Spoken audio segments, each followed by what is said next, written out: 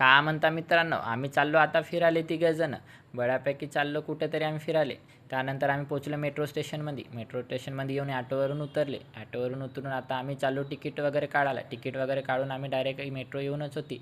मेट्रोमध्ये बऱ्यापैकी बसले आणि नेक्स्ट स्टेशनमध्ये पोहोचले. कारण की आम्ही त्या मेट्रोमध्ये जास्त व्हिडिओ घेऊ शकलो नाही. कारण की तिथं खूप गर्दी असल्यामुळे आम्ही व्हिडिओ वगैरे काही काढलो नाही. इथं आलो होतो. तिथून चालले होते मेट्रो दुसऱ्या स्टेशनमध्ये. इथून आता स्नेहलले कामधंदेच नाही. बीचमध्ये हाय हाय करत होता आणि तिकडे पण दुसरी मेट्रो येऊन होती. ते चालले होते लोकमान्य नगरला. त्यानंतर आम्ही लिफ्टनं खालतं उतरलो. त्यानंतर आम्ही चाललो होतो आमच्या नेक्स्ट लोकेशनमध्ये. बऱ्यापैकी इथून चाललो. फायनली पोहोचलो आम्ही आमच्या लोकेशनमध्ये. सांगा बरं इथं कोण कोण आले होते. सगळे मस्त बऱ्यापैकी पाहत होतो आम्ही का ठेवून आहे का नाही का आहे का बा म्हणून. इथं तिथून तर आशिष म्हणे या आरशातून आपण आपल्या हॉस्टेलचा रस्ता जाऊ शकतो म्हणे. मी म्हटलं तूच जा म्हटलं. मी इथं फोटो काढीन बा म्हटलं आणि फोटो वगैरे काढलं. इथं काहीतरी नवीनच आयटम ठेवून होता याचा पण व्हिडिओ काढून घ्या म्हटलं. मग आम्ही आले. लहान पोराचे गेम वगैरे खेळायचे तिथं. बऱ्यापैकी पाहत होते लहान पोराचे गेम्स वगैरे कसे आहे.